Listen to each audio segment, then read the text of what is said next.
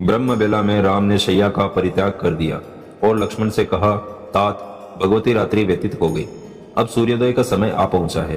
कोकिल की कूक सुनाई दे रही है, मोरों की बोली सुनाई दे रही है। यही वह अवसर है जबकि हमें तीव्र गति से बहने वाली समुद्रगामिनी परम पावन गंगा को पार कर लेना चाहिए। सुमित्रा कुमार लक्ष्मण ने श्री रामचंद्र जी के कथन का अभिप्राय समझकर गुह और सुमंत को बुलाकर पार उतरने की व्यवस्था करने के लिए कहा। निषाद राज ने अपने मंत्रियों को आदेश दिया कि एक सुंदर दृत्यगामी नौका ले आओ। आज्ञा पाते ही निषाद राज के अनुचर तत्काल जाकर उनके लिए एक श्रेष्ठ नौका ले आए। नौका के घाट पर लग जाने पर राम, सीता और लक्ष्मण घाट की ओर चले। उन्हें घाट की ओर जाते देखकर मंत्री सुमंत ने हाथ जोड़कर कहा, हे रघुकुल शिरोमणि, अब मेरे लिए क्या आज्ञा है। रामचंद्र ने उनकी कर्तव्य निष्ठा की प्रशंसा की और धन्यवाद देते हुए कहा, सुमंत, अब आप शीघ्र अयोध्या के लिए प्रस्थान करें। गंगा पार करने के पश्चात हम उसके आगे की यात्रा पैदल ही करेंगे। आप अयोध्या जाकर मेरी सीता और लक्ष्मण की ओर से पिताजी, माताओं एवं अन्य गुरुजनों की चरण वंदना करें। उन्हें धैर्य दिलाते हुए हमारी ओर से संदेश दें कि हम तीनों में से किसी को भी अपने वनवास का किंचित मात्र भी दुख नहीं है। उन्हें यह भी कहे कि 14 वर्ष की अवधि समाप्त होने पर मैं, सीता और लक्ष्मण आपके दर्शन करेंगे। आप भाई भरत को कैकेयी से शीघ्र बुला लें तथा राज्य सिंहासन सौंप दें ताकि प्रजा को किसी प्रकार का कष्ट व असुविधा न हो।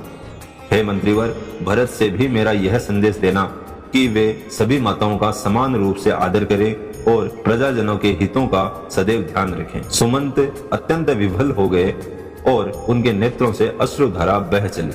अवरुद्ध कंठ से वे बोले, हे तात, आपके वियोग से संतप्त अयोध्या की प्रजाजनों के सम्मुख मैं कैसे जा सकूंगा। जब वे पूछेंगे कि आप लोगों को छोड़कर कैसे लौट आए तो मैं क्या उत्तर दूंगा। मैं जानता हूं कि आपको न पाकर सहस्त्रों अयोध्यावासी शोक से मूर्छित हो जाएंगे। उनकी दशा सेनापति रहित सेना जैसी हो जाएगी। हे स्वामी, यह तो आप देख ही चुके हैं कि अयोध्या से वन के लिए चलते समय अयोध्यावासियों की क्या दशा हुई थी। इस खाली रथ को देखकर संपूर्ण अयोध्या नगरी का हृदय विदीर्ण हो जाएगा। हे प्रभु, मैं माता कौशल्या को कैसे अपना मुख दिखा सकूंगा। आप लोगों के बिना लौटना मेरे लिए बड़ा कठिन है।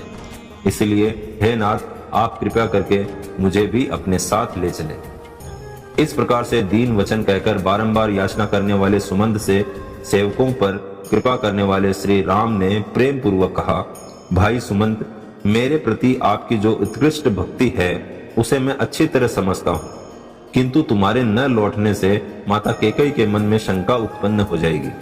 वह समझेगी कि हम लोग षड्यंत्र करके राज्य में ही कहीं छुप गए हैं। इसलिए मेरा तुमसे अनुरोध है कि तुम नगर को लौट जाओ। तुम्हारे लौटने से जहां माता कैकेयी की शंका भी समाप्त हो जाएगी और महाराज तथा मुझ पर किसी प्रकार का कलंक भी नहीं लगेगा। कलंक चाहे झूठा ही क्यों ना हो, उसकी प्रतिक्रिया बड़ी व्यापक होती है। इस प्रकार अनेकों प्रकार से समझा बुझाकर रामचंद्र ने सुमंत को विदा किया। सुमंत अश्रुपूरित नेत्रों से रथ में बैठकर अयोध्या के लिए चल पड़े।